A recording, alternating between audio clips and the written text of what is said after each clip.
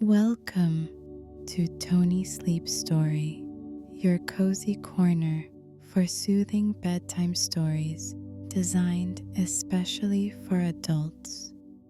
Whether you're winding down after a long day or simply need a gentle escape, let these calm tales ease you into a peaceful night.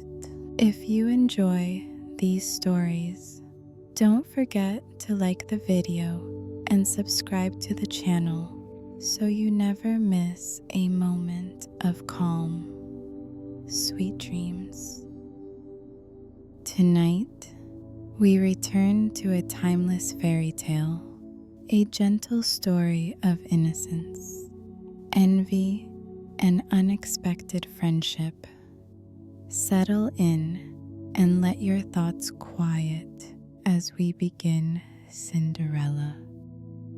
There was once a rich man whose wife lay sick, and when she felt her end drawing near, she called to her only daughter to come near her bed and said, "Dear child, be pious and good, and God will always take care of you, and I will look down upon you from heaven and will be with you."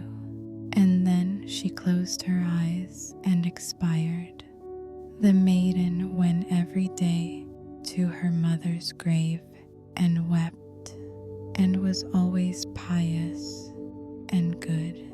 When the winter came, the snow covered the grave with a white covering, and when the sun came in the early spring and melted it away, the man took to himself another wife. The new wife brought 2 daughters home with her, and they were beautiful and fair in appearance, but at heart were black and ugly. And then began very evil times for the poor stepdaughter. "Is the stupid creature to sit in the same room with us?" said they. "Those who eat food must earn it. You'd upon her for a kitchen maid." They took away her pretty dresses and put on her an old gray kirtle and gave her wooden shoes to wear. "Just look now at the proud princess, how she is decked out," cried they laughing, and then they sent her into the kitchen. There she was obliged to do heavy work from morning to night, get up early in the morning, draw water, make the fires, cook, and wash. Besides that, the sisters did their utmost to torment her, mocking her and strewing peas and lentils among the ashes, and setting her to pick them up. In the evenings, when she was quite tired out with her hard day's work, she had no bed to lie on, but was obliged to rest on the hearth among the cinders. And as she always looked dusty and dirty, they named her Cinderella. It happened one day that the father went to the fair, and he asked his 2 stepdaughters what he should bring back for them. "Fine clothes," said one. "Pearls and jewels," said the other. "But what will you have?" "Cinderella," said he. "The first twig, father, that strikes against your hat on the way home, that is what I should like you to bring me." So he bought for the 2 stepdaughters fine clothes, pearls, and jewels, and on his way back, as he rode through a green lane, a hazel twig struck against his hat, and he broke it off and carried it home with him. And when he reached home, he gave to the stepdaughters what they had wished for, and to Cinderella he gave the hazel twig. She thanked him and went to her mother's grave and planted this twig there, weeping so bitterly that the tears fell upon it and watered it, and it flourished and became a fine tree. Cinderella went to see it 3 times a day and wept and prayed, and each time a white bird rose up from the tree, and if she uttered any wish, the bird brought her whatever she had wished for. Now it came to pass that the king ordained a festival that should last for 3 days, and to which all the beautiful young women of that country were bidden, so that the king's son might choose a bride from among them. When the 2 stepdaughters heard that they too were bidden to appear, they felt very pleased, and they called Cinderella and said, "Comb our hair, brush our shoes, and make our buckles fast. We are going to the wedding feast at the king's castle."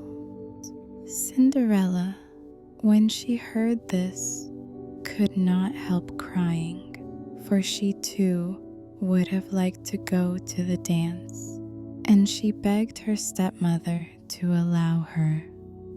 "What, you Cinderella," said she, "in all your dust and dirt, you want to go to the festival, you that have no dress and no shoes, you want to dance." But as she persisted in asking, at last the stepmother said, "I have strewed a dish full of lentils in the ashes, and if you can pick them all up again in 2 hours, you may go with us here." Then the maiden went to the back door that led into the garden and called out, "O gentle doves, O turtle doves, and all the birds that be, the lentils that in ashes lie, come and pick up for me. The good must be put in the dish, the bad you may eat if you wish." Then there came to the kitchen window 2 white doves, and after them some turtle doves, and at last a crowd of all the birds under heaven, chirping and fluttering, and they alighted among the ashes, and the doves sodded with their heads, and began to pick, peck, pick, peck, and then all the others began to pick, peck, pick, peck, and put all the good grains into the dish. Before an hour was over, all was done, and they flew away. Then the maiden brought the dish to her stepmother, feeling joyful and thinking that now she should go to the feast. But the stepmother said, "No, Cinderella, you have no proper clothes, and you do not know how to dance, and you would be laughed at." And when Cinderella cried for disappointment, she added, "If you can pick 2 dishes full of lentils out of the ashes, nice and clean, you shall go with us," thinking to herself, "For that is not possible."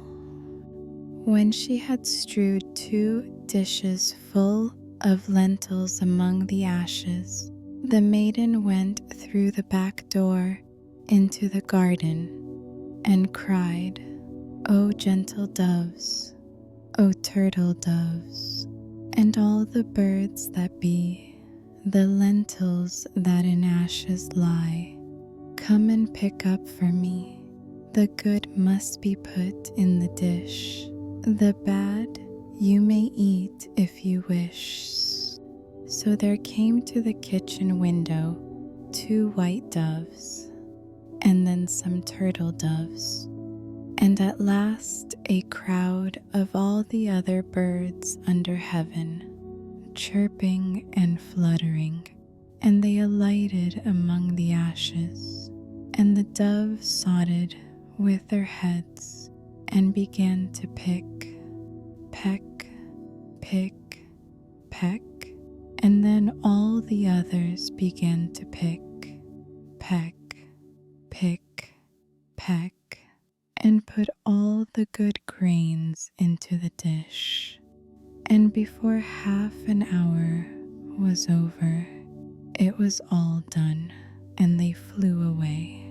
Then the maiden took the dishes to the stepmother, feeling joyful, and thinking that now she should go with them to the feast. But she said, "All this is of no good to you. You cannot come with us, for you have no proper clothes and cannot dance. You would put us to shame." Then she turned her back on poor Cinderella and made haste to set out with her 2 proud daughters. And as there was no one left in the house, Cinderella went to her mother's grave under the hazel bush and cried, little tree,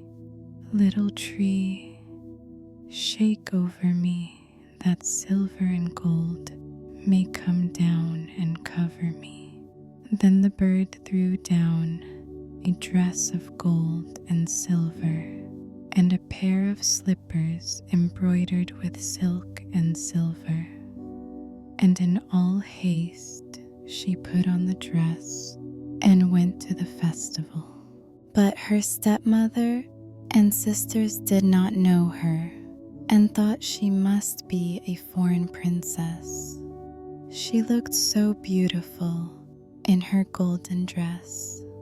Of Cinderella they never thought at all, and supposed that she was sitting at home, arid, picking the lentils out of the ashes. The king's son came to meet her and took her by the hand and danced with her, and he refused to stand up with anyone else, so that he might not be obliged to let go her hand. And when anyone came to claim it, he answered, "She is my partner." And when the evening came, she wanted to go home, but the prince said he would go with her to take care of her, for he wanted to see where the beautiful maiden lived. But she escaped him and jumped up into the pigeon house. Then the prince waited until the father came and told him the strange maiden had jumped into the pigeon house. The father thought to himself, "It cannot surely be Cinderella," and called for axes and hatchets, and had the pigeon house cut down. But there was no one in it. And when they entered the house, there sat Cinderella in her dirty clothes among the cinders, and a little oil lamp burnt dimly in the chimney. For Cinderella had been very quick, and had jumped out of the pigeon house again, and had run to the hazel bush, and there she had taken off her beautiful dress and had laid it on the grave, and the bird had carried it away again. And then she had put on her little gray kirtle again, and had sat down in the kitchen among the cinders. The next day, when the festival began anew, and the parents and stepsisters had gone to it, Cinderella went to the hazel bush and cried, little tree, shake over me, that silver and gold may come down and cover me."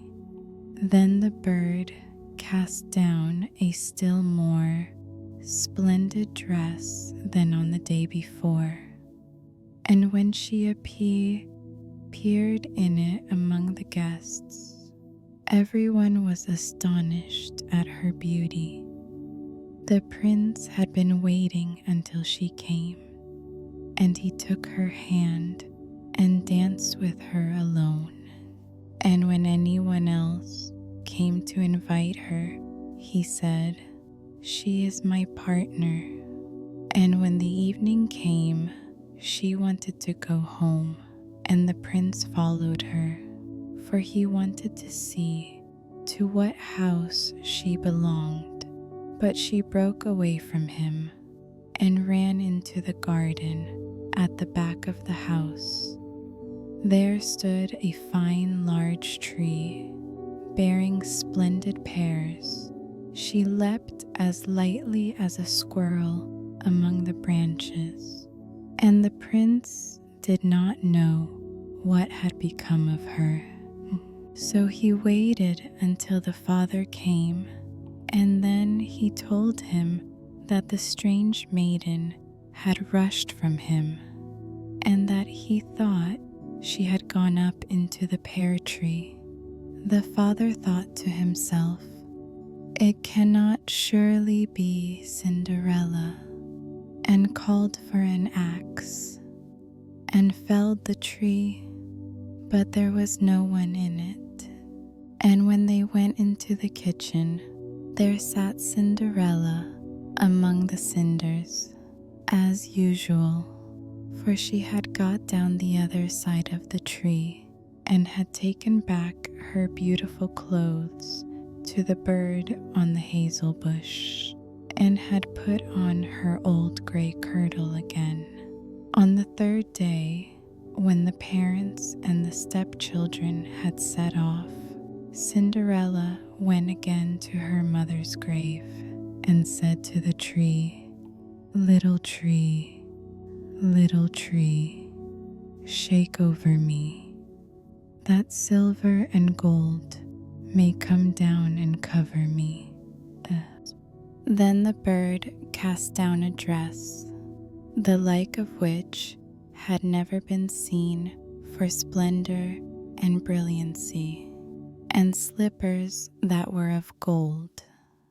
And when she appeared in this dress at the feast, nobody knew what to say for wonderment.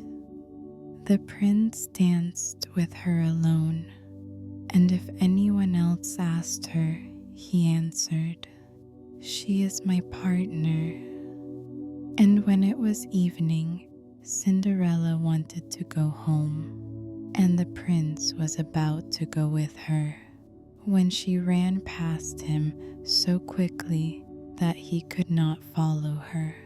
But he had laid a plan and had caused all the steps to be spread with pitch, so that as she rushed down them, the left shoe of the maiden remained sticking in it. The prince picked it up and saw that it was of gold and very small and slender. The next morning, he went to the father and told him that none should be his bride save the one whose foot the golden shoe should fit. Then the two sisters were very glad, because they had pretty feet. The eldest went to her room to try on the shoe, and her mother stood by, but she could not get her great toe into it, for the shoe was too small. Then her mother handed her a knife and said, "Cut the toe off, for when you are queen, you will never have to go on foot." So the girl cut her toe off, squeezed her foot into the shoe, concealed the pain, and went down to the prince. Then he took her with him on his horse as his bride and rode off. They had to pass by the grave, and there sat the 2 pigeons on the hazel bush and cried, "There they go, there they go. There is blood on her shoe. The shoe is too small, not the right bride at all." Then the prince looked at her shoe and saw the blood flowing, and he turned his horse round and took the false bride home again, saying she was not the right one and that the other sister must try on the shoe. So she went into her room to do so and got her toes comfortably in, but her heel was too large. Then her mother handed her the knife, saying, "Cut a piece off your heel. When you are queen, you will never have to go on foot." So the girl cut a piece off her heel and thrust her foot into the shoe, concealed the pain, and went down to the prince, who took his bride before him on his horse and rode off. When they passed by the hazel bush, the 2 pigeons sat there and cried, "There they go, there they go. There is blood on her shoe. The shoe is too small, not the right bride at all." Then the prince looked at her foot and saw how the blood was flowing from the shoe and staining the white stocking, and he turned his horse round and brought the false bride home again. "This is not the right one," said he. "Have you no other daughter?" "No," said the man, "only my dead wife left behind her a little stunted Cinderella. It is impossible that she can be the bride." But the king's son ordered her to be sent for. But the mother said, "Oh no, she is much too dirty. I could not let her be seen." But he would have her fetched, and so Cinderella had to appear. First, she washed her face and hands quite clean, and went in and curtsied to the prince, who held out to her the golden shoe. Then she sat down on a stool, drew her foot out of the heavy wooden shoe, and slipped it into the golden one, which fitted it perfectly.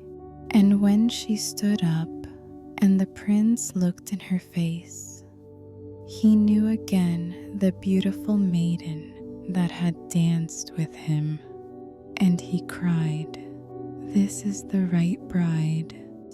The stepmother and the 2 sisters were thunderstruck and grew pale with anger, but he put Cinderella before him on his horse and rode off. And as they passed the hazel bush, the 2 white pigeons cried, "There they go, there they go. No blood on her shoe. The shoe's not too small. The right bride is she after all." And when they had thus cried, they came flying after and perched on Cinderella's shoulders, one on the right, the other on the left, and so remained. And when her wedding with the prince was appointed to be held, the false sisters came, hoping to curry favor and to take part in the festivities. So as the bridal procession went to the church, the eldest walked on the right side and the younger on the left, and the pigeons picked out an eye of each of them. And as they returned, the elder was on the left side and the younger on the right, and the pigeons picked out the other eye of each of them. And so they were condemned to go blind for the rest of their days because of their wickedness and falsehood.